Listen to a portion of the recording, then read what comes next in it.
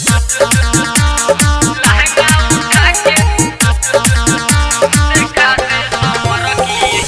Studio boarding चौक तुर्कोलिया।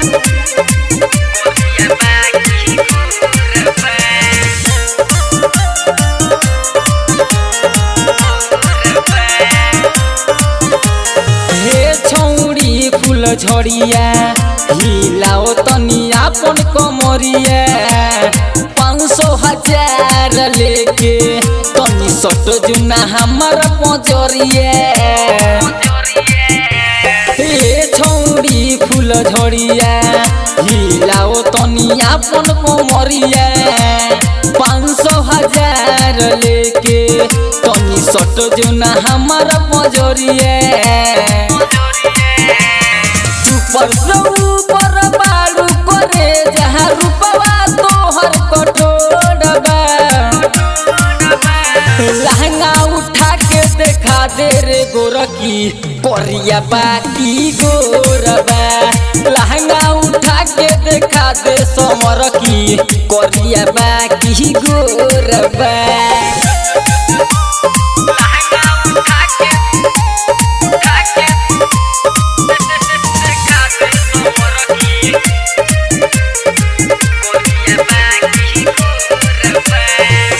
लप कर कमरिया छौड़ी कोइन जैसन तोर रे उजर कटोरी जैसन चमके गैर ढोड़िया तोर रे। लब लप कर कमरिया छौड़ी कोइन जैसन तोर रे उजर कटोरी जैसे चमके गैर ढोड़िया तोर रे। तोहरे चर्चा छौड़ी करत गौआ के लइका मोरबा। लहंगा उठा के देखा दे रे गोरकी करिया बाकी गोरबा।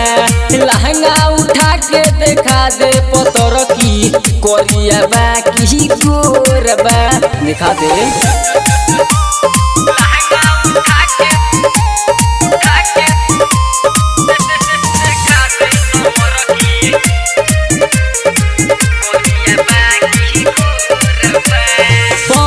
अमित के छौड़ी तनी राख दे ना मन रे पूरा बरतिया जाली छुके तोहर बदन गे।